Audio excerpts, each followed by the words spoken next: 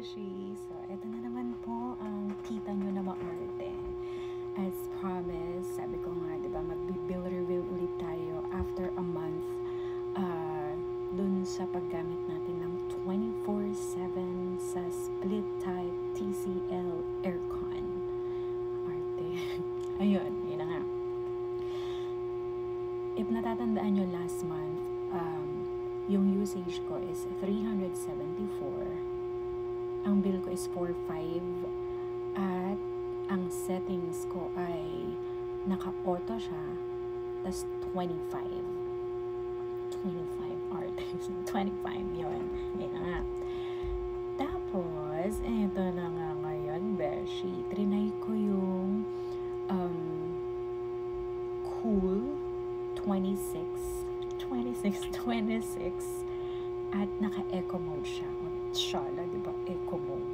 Ayun, naka-eco mode siya. 26. Cool. 1 month ulit. Pero this time, may brownout kasi sa amin. So, ang nangyayari is, nadagdagan yung oras na nakapatay siya.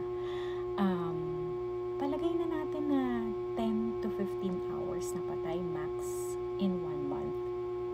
Tapos, ganun yung settings. Eto na nga, ang bill reveal. Saya. Oh, diba? Ang bongga from 4.5 to 7. Diba? Clap, clap, clap, Meralco. Pero hindi. Kasi diba sabi nga ng Meralco is nagbaba sila nitong month na to. Parang 9 pesos, 9 petot per kilowatt hour lang yung charge nila sa atin. KWH. Huwag nyo na akong i-bash. Basta yun yun. KWH. 9 pesos lang daw.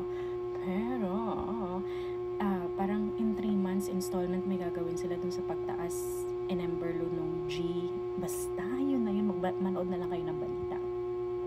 So, tataas daw. Pero, ang importante is, ayan na siya ngayon. O, diba? Yan siya ngayon. Yan.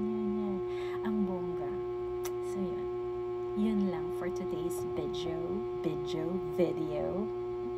Tama na yung kaartihan na yun. Basta, yung tungkol sa Meralco bill, ayan lang ngayon.